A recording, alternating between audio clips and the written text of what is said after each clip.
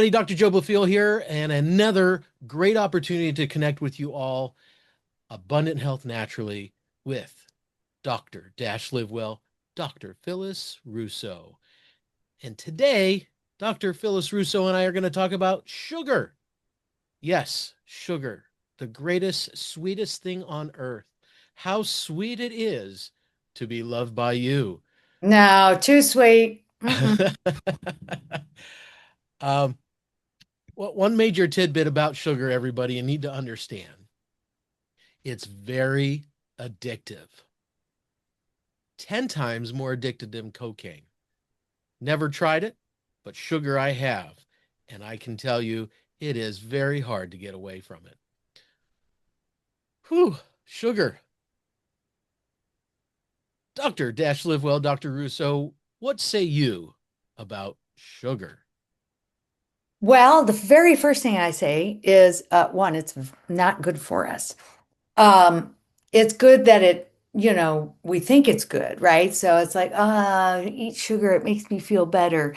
But there's so many um, bad effects that it's never really good for us. And our sugar replacements tax our liver so much and still tax our pancreas that it's not any better. There are a couple, and I know we'll get into that in a little bit, that work pretty well, but and it actually helps the cravings of it.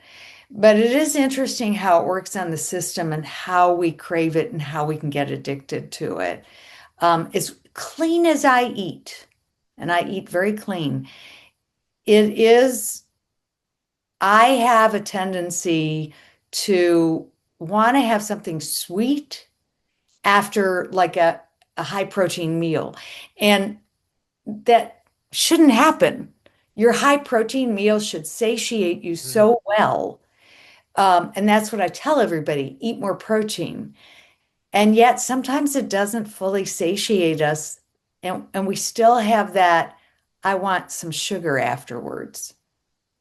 Well, and we're going to discuss many different things here about sugar, but it's okay to have fruit with that meal, but we have to be mindful and make the right choices in regards to those fruits in the lower glycemic index scale so that we're not overwhelming our system.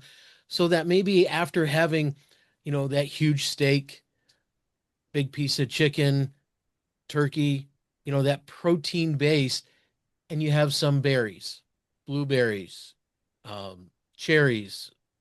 Be careful with the strawberries, but still having those things can uh, maybe help you with that sugar sweet craving after you have that meal. Yeah. Instead of most people go after that, say that pastry or ice cream or whatever their, how do I say, their glitch may be to satisfy their sweet tooth. My feeling in my home, out of sight, out of mind. If we don't have it, it's not going to be something that we're searching for. I Isn't mean, that interesting? I have to do the same thing. I just cannot have it in the house. I don't go out for it. Oh, I feel like ice cream. Let me go to the store. I don't do that. But if anything's in the house that has sugar in it, at one point I'm going to eat it. And not always. And again, I just noticed something in my refrigerator. I must have gotten like it's like a Rice Krispie type of treat. You know what? It's still in there and it's been in there for weeks. So I can do it. One can do it. I was just reading that the addictive quality is partly because sugar does release dopamine. you And become a dope. isn't that how they named it? Because we become dopes. But that's what happens. So there is this kind of neurological brain influence when we have the sugar, because it does, like any other addiction, it really, any drug addiction, it releases dopamine.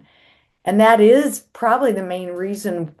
that we crave it, as well as it does increase for the moment, can increase a little bit of energy. And so, but it just gives us a crash soon after it. Well, it's like when I have patients that I look at their diet diary and they're having bananas every day. And I fell prey to that in the past and you have to educate them the understanding of where they're at with that particular fruit. Bananas in themselves are not bad.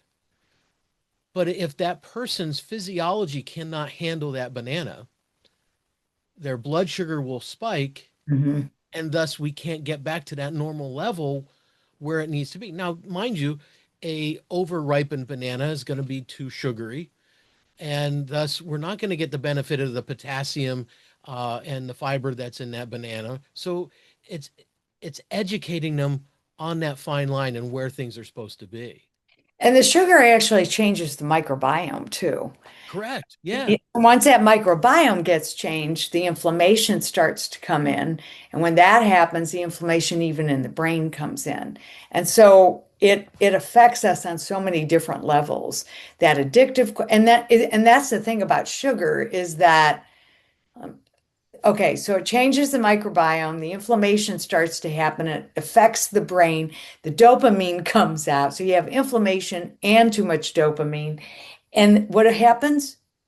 That dopamine is like, okay, I got to have that again. It's a vicious cycle. I mean, It so is. it's almost like your computer's out of order because it's not getting the right signals. It's going back and forth, wanting more input, and it doesn't know how to place it correctly. It's really interesting because what you described as that cycle is very similar to the stress, inflammation, and need of energy cycle that goes on the body in the body. You know, when we're under stress, we need energy to deal with that stress. What do? We have something that is of energy, say a carbohydrate, say pasta, and all of a sudden that insulin kicks in and we have too much insulin in our body. And then what ends up happening is then we created that cascade of inflammation. What ends up happening with that inflammation? That means we have pain. And it's a continual cycle And because we're not feeding our bodies the right. right way. And the autoimmune. Right, because of So, that constant inflammation. right. And so that's the other thing. I mean, autoimmune people, we just can't have sugar. So to add to that, the inflammation, autoimmune, what does that do to our immune fighting blood supply? A tablespoon of sugar will decrease your white blood cell count for up to 4 hours. And so if you add that, it's interesting. If you add that, so the cold weather brings on just more viral um agents, right? That's why we have the flu more so in the winter and or colds or any of that. Right. So add your sugar onto it. The white blood cells go down. There's less to fight whatever is out. Look at you. There's less, hey, don't you dare. There's less to fight or less immune system to fight it. And so we get sick and we blame it on the flu or we blame it on, the weather. And that's integral in it. But if people would just do this absolute cutting down of sugar and just going to fruits, berries are the best fruits. They're not as high in sugar and they have so many antioxidants. Bananas, you're right, they're a little bit higher in sugar. And and then there are some, I mean, occasionally well, here's the other thing. A lot of autoimmune system people should not have any gluten, whether it's because they're gluten intolerant or whether there's too many glyphosates on it. Either way, you kind of cut down on those bakery items. So you're almost naturally cutting down on your sugar anyway. Um, Sometimes I will eat just even the little bit of I do have you ever heard of macro bars? I eat those. They're a higher protein bar, but there is some sweet in it. And to be honest, I've forgotten. I actually just had one this weekend going out to New Jersey. So I have one like every morning, and to be honest, I only eat like a third of it. I have this organic mold-free coffee that I drink by Life Boost, and I like that little sweetness. And it doesn't have a lot. It's got some protein in it. And so that's what I can combine it with. I forgot though, what are you looking at? Because I'm looking to check what they use for a sweetener in it. Is that what you're No, doing? You look no, like I something had like something that. I had to click here. I'll have to check on that, but I don't eat a lot of it, and it's just enough sweet to kind of counteract the not sour, but what's coffee considered? What's the Bitter, taste? bitter. The bitterness in coffee. And You know, so, yeah, I want to go back to something that you said. Uh, in this time of year, the colds, the viral, and situations like that, people have a tendency to blame being around other people. And I got sick because I was near Susie and she was sniffling and whatnot. And I really want to push against that at this time of year because when we talk about our soil and sowing seeds, your body, your body is responsible for your body. So you're not responsible for what's going on with other people's bodies. And so, I think we talk about the germ theory, where if we don't have these germs, we'd all be dead. right. But too many of these people, especially coming through the whole pandemic, plandemic, whatever it was, they think, well, I'm around grandpa and I'm going to get him sick. No. If you take care of your vessel, your soil, and do the right things, which means maybe stopping all the sugary foods, the candies, cookies, cakes, pastries, pastas, red bread, rice, potatoes, you name it, even though there may be some value to them at some point in time. But this time of the year is very important to pause and really reset. You and I know of a well-known psychologist.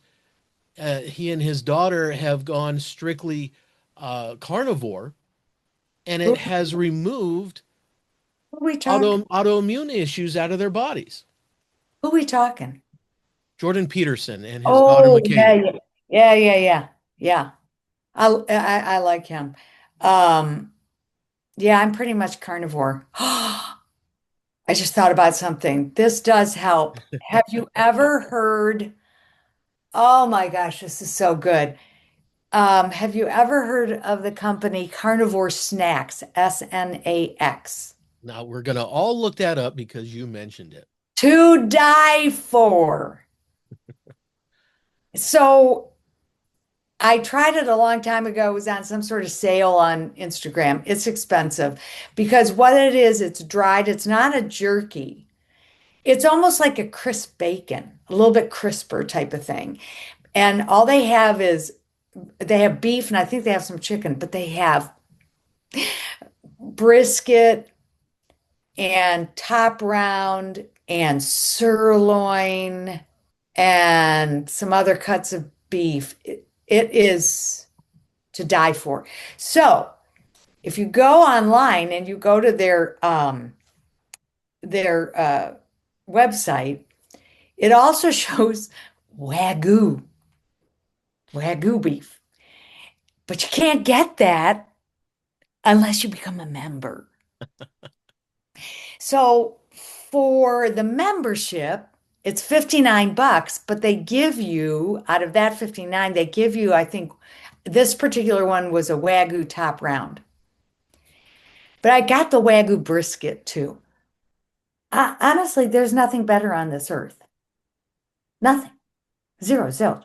So I've been doing a lot of carnivore and I feel so much more energy. And it's interesting you say that. Recently, a friend of mine ran into a guy that we went to high school with. His nickname, since I can say it and we won't be saying his name, but his nickname was Ogre. Ogre was a big guy. I mean, big guy, tall. I mean, you would want him as your friend. Gentle, a very gentle, sweet man. And recently saw him and he like had a transformation, well over 100 pounds lost, and he did Wow. it strictly carnivore. Mhm. So it can be done. Now, I know we go through different fads in our eating in this society, but as we go in and out of trying to figure out what's going to work best for our body or reset our computer and get to somewhat of a normalcy, because, you know, the diets today are pretty sad, right? Standard American diet. And when we follow the triangle of what we're supposed to be eating, the food pyramid, it's wrong. I mean, think about it, everybody. When you let the government tell you what to do, they screw it up every time. So when we start putting the management of our health In our bodies, and our our bodies whole back individual bodies. to us and not someone else, I think we could do a lot better. Yeah, people look at government as daddy Yeah. rather than God. And there's a time and a place when we need that little extra help, but not from the government, but to seek counsel or wise opinion of what's going on with our bodies and getting better education and how to manage what may be going on, a disruption of our normal health routine. Yeah. I mean that, and that is, I know he's government now, but that is why I like Robert Kennedy Jr. because at least we have somebody that's wise and intelligent. He still has to go through all the bureaucracy and but I'm having a little faith that things will change. And I'm gonna keep going with that so far. So Well, there's just remember the scripture verse: hope deferred makes the heart grow sick, but a desire fulfilled is a tree of life.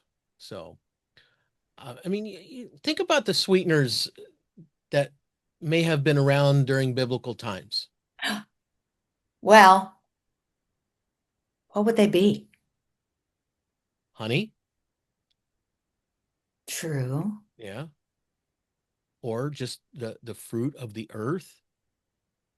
True fructose. Yeah, true fructose. No, not adding, corn syrup. Recently I was watching a video on YouTube, and they had these four main things that's really robbing us of our health. It's sugar, soybeans, corn syrup, and one other I can't remember, but maybe it's our wheat, the glyphosates.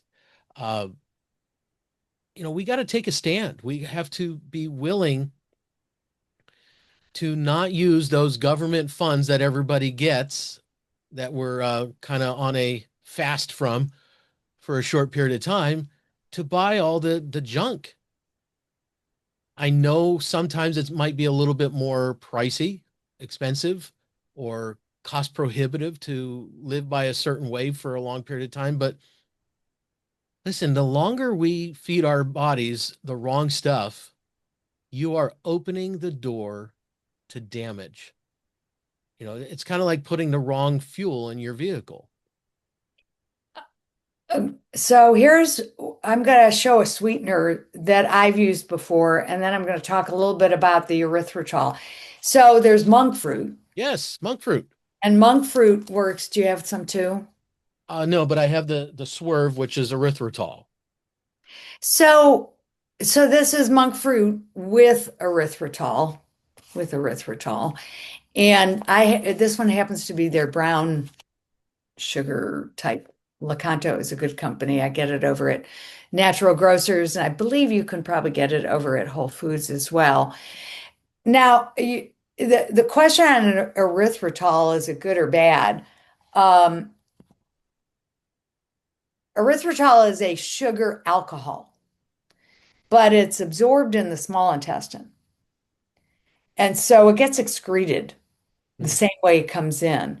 Therefore, it won't spike your insulin. And some of these, like other like sorbitol and xylitol, they have that GI extra thing that goes on with them. And so basically it's not ingested enough, right? Because it goes out through the urine. So it works really well in that way. And it's produced inside the body like a stress marker. So if somebody's already sick, they might have too high of levels anyways. It's not the cause. So yes, there's good and bad to erythritol, but it is a good sugar replacement. So here's my thing. If you really, during the holiday seasons, you want to make that pumpkin pie, I would do it with like a monk fruit sweetener. I've done that, but I did that last year and it came out great. Now, so there is, I think it's a 1-to-1, but it's Now, good. I mean, now and it, what about some of these other things that people think are okay rather than putting regular sugar in their meal? well, the one thing I just mentioned was like sorbitol and xylitol. And I think that I don't think that they're that bad, except they have GI effects. So, I mean, you can get diarrhea from those. So let's think about or But discuss some of aspartame is the bad terrible. ones like Yeah. saccharin or Or even sweet and aspartame. low. Yeah, Yeah. aspartame. I Yeah. mean, all these people that I know that get diet sodas, they're creating neurotoxicity within their bodies. Yeah. That's the biggest problem with it. So their brain, I mean, it's all brain function ultimately. And Another one that has been around for quite some time now is Splenda. So I have right what in is, front of me dangers of Splenda. go for it, read it. Reduces the amount of good bacteria in the intestine by 50%. Yeah. See, those affect the microbiome. Yes. Yes. Yes. Increases the pH level in the intestines, slowing down digestion. It contributes to the increase in body weight. Oh, okay. Splenda is considered a hepotoxic and a nephrotoxic, which means, Liver and kidney. yep, lesions on the liver and the kidneys. And then finally, about 7% of Splenda remains in your body 5 days after consumption. So continued consumption, it accumulates and leads to kidney damage. Isn't that wonderful? Yeah, I want to go out and have some right now. Yeah. Yeah, I have a friend of mine who knows, like she knows beyond knowing how much the companies are trying to kill us. You know, it goes back to our first podcast. They're trying to kill us. And yet she's so addicted to it, she cannot get off these sodas. I can honestly say I used to be a soda drinker. I grew up, I mean, it's just, growing up in a mobile home, in a socioeconomic status of single parent, not having a lot of money, it was at our disposal very easily. And thus it's something that I always had. You always go out to eat and you have a soda instead of water.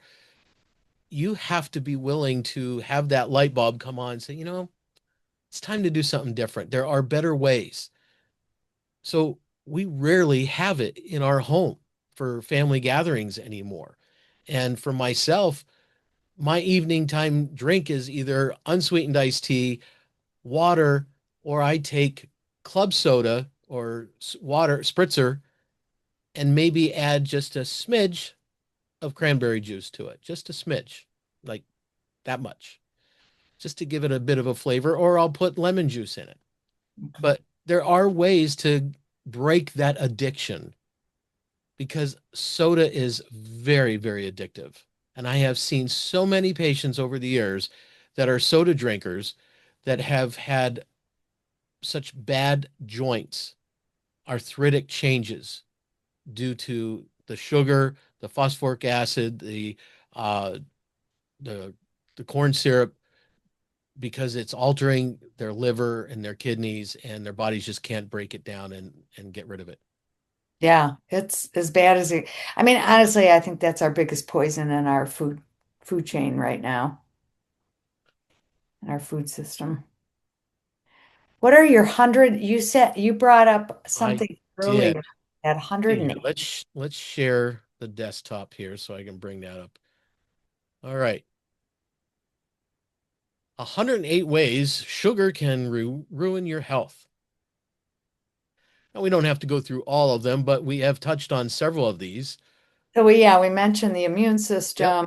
We didn't mention our mineral balance, but yes, as long if it affects the microbiome, it's going to affect our mineral balance. The anxiety, concentration difficulties, and crankiness, not just in children. And I think the big thing on that, that's because we feed our kids sugar, but that's what I was mentioning. I don't know if it was already while we've been talking or before we started the podcast, but we think that there's depression around the season, but part of the reason why there's depression around the season is because we're eating so much sugar during this season.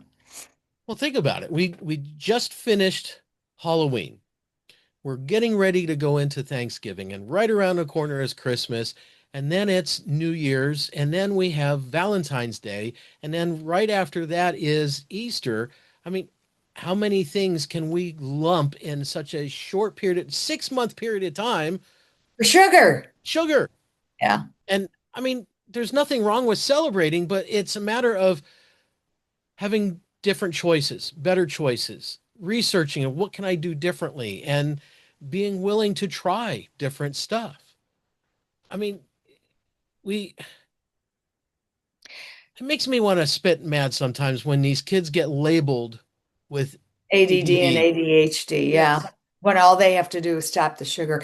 I had young patients like that were just off the chain disciplinary. Like one child got kicked out of nursery school because he actually threatened another child. And we got him off of sugar and we got him off of dairy. He had a high allergen to dairy as well. And he became a different child, just a whole different child. There's a couple more on here that we've talked about, but just, I mean, sugar can contribute to weight gain and obesity. But when we bop down here to formation of gallstones, kidney stones, ischemic heart disease, I mean, some of these things are over a period of time, but here's a big one. Sugar can cause candidiasis, yeast infections. Mhm. Oh, that's a big one. Yeah, that's a very large one. And it isn't just, I mean, it can be your gut candida, but it can also be, especially in a woman, it can also be vaginal. And if you stop the sugar, if people start getting too much candida or fungal infections, if you stop the sugar, that will stop those fungal infections. And again, a lot of these things that we're reading on here aren't something that is not something that happens overnight. It's a process over time that you keep doing these things or adding that sugar to your daily routine. You're eventually going to experience this stuff. I mean, eczema on in children, diabetes, food allergies. Again, the food allergy issue is probably because the gut's being messed up. Uh, Exactly.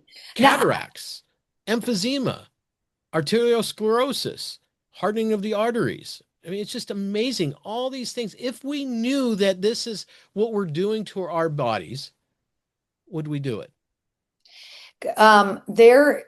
there's one that talked a little bit higher up on the cardiovascular. I think about that young man that passed away, a friend of mine's son, and his diet was he drank too much alcohol, so his liver was being compromised, but he also just was a soda addict as well. And 35 years old and had a heart attack and he didn't die right away, but within a couple of weeks they couldn't get the heart working and so he passed. And it just tells you that even younger, um you don't have to wait until oh, I had an early death at 60. You can have an early death at 35, and it's because of the nutrition and how you're taking care of yourself. I will say it's probably also how we are emotionally, what we hide, what we what we shove down, what we don't face, things like that. That type of stress is huge. So that's another element of it all. It is amazing how our emotions do drive what we choose to do to comfort ourselves. So we haven't gotten on the good side yet. I do believe that um, I do have some clients right now that how I work with them, I'm now doing it a little bit different. I'm adding the functional medicine side coming from the counseling side rather than coming from the functional medicine side and adding in the counseling side. And so the counseling work that I do gets them to a place where they start feeling whole about themselves. They start going through the traumas of their childhood and start feeling their souls so whole. Okay, so here's the rub that once that happens, you can do this sort of full connection to God, to Christ, that full connection that we know we have, but we don't quite know we have.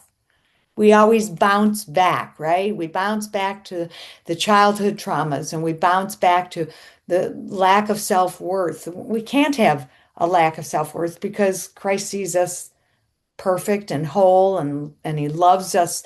And so, and he died on the cross for us. All those things that have happened, and it's like, but we still don't get it. And so a lot of times, and sugar is a part of this, so hold on for a moment. When we get, I do something called a soul retrieval. That means that while we went through these issues as children, for mom's issues and dad's issues, and somebody left and somebody got abused in some sort of way, all of these traumas live inside of us. And as much as we love Christ, we don't still love ourselves. And so what are some of our abuses? Sugar. Like, okay, we go to that because we want that quick fix and it'll make us feel better for a moment, but we know it's bad for us, but we still do it anyway. When your soul becomes more whole again, and you find these parts that went away, the parts maybe that were joy, or the ones that were connected to God, but got disconnected when somebody abused you in some sort of way or neglected you in some sort of way. When that comes back, when that wholeness and fullness comes back, I will say, when you have this direct communication to Jesus, you want less to punish yourself. You want, and so for instance, I think I mentioned it last time, the client that is no longer OCD, meaning her binge eating, or I've had people that have had such severe sugar addiction and they don't have it anymore. Alcoholics that aren't drinking anymore and they're not necessarily in AA. And that's a fine organization. Um, but they see God in such a different and powerful way, and they see themselves not as the broken children that they were, and not as the trauma from the parents that they got, but from such a bigger perspective. And so, and I think deliverance is actually, that's how powerful sugar is. That I think I do something called spirit extraction, which is from the shaman teaching, but it's basically very similar to the Christian deliverance. And when you start getting rid of this darkness and these unwanted attachments, and some of them are demons and just not nice, right? And, they actually are whispering in your ear, go eat the sugar. I mean, truthfully, it sounds funny, but No, it's true. This is, it is true. if we can't really follow God in such a direct and pure way, then what else is there? There is Satan. And so, I mean, it's part of our humanity and all of that, but still there's Satan. And so I look at it that way as well and say, and sugar is probably Satan. Honey might not be, and certain other ones that try to do us better. But when you start getting rid of all of that, you can get rid of the sugar. And so that's kind of the positive part I want to say. A higher protein diet is the positive part for that. If you can eat that. Really committing to saying, okay, this a food log helps. Amen, sister. Accountability helps. Journal of Yeah. what you're eating. It is so eye-opening when you take a moment to write down what you have eaten throughout the day, the week, and you sit back and you meditate on that. It's like, wow, I actually ate all this, and wow. Because it's like I do that a lot with patients where I'll sit down and go over a 1 week worth of their eating. And some of them really need to be cleaned up. Some of them aren't so bad, but it's just a matter of, hey, what you're eating as opposed to what you're not eating, boy, if you could just gain something from that. And what I'm listening to you is there's two things. We got to continually renew our mind. All right. Have a better understanding of who we are in Christ, but also who we are as individuals. And we have to learn to forgive ourselves and others. Mhm. As we do that, we could have a better outlook of what choices we can be making and not fall prey back into the patterns of choosing sugar and the pain, the inflammation, the pain of not changing. And it just continues to be a vicious cycle. And we're not trying to become perfect. It's just that awareness, who we are, and that we are stewards of this body, this vessel that we've been given. Yeah. Thank you for that word.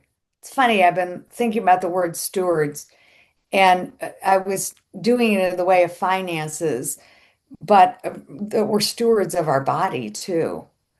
And that's kind of our commitment to God. You know, the misconception all the time about prosperity, blessing, stewardship, it always goes back to money. But I look at it as the gifts that we have been given. And this body is a gift. I Mhm. mean, even thinking of raising our children are gifts. And the whole time raising our daughter, it was always been she is a gift and I want to steward this gift in the most right way. And there's times when I think, man, did I screw up? Nope, I didn't. Thank you. Thank you for grace. I'm just thankful to see the fruit of what we've sown into her. Yeah. And she's a good human Yes, she is. and funny as all get out. Speaking of funny, I'm going to send a request. I'm going to try to share something. You're Man, gonna you're gonna pull up a picture of something that will give us a different choice. yes. Okay. And when we're, say, shopping for snacks, look at that, carnivore snacks. Nice. Okay, see that? Now, let me see if you also, this is when I ate it. Okay. All right. Sorry, I got all this stuff underneath. Just ignore it. Oh my God. Wagyu. Mm. Oh, it's even better as brisket. It's even better than the other brisket. No, I can't even explain it. Like it's even a feel.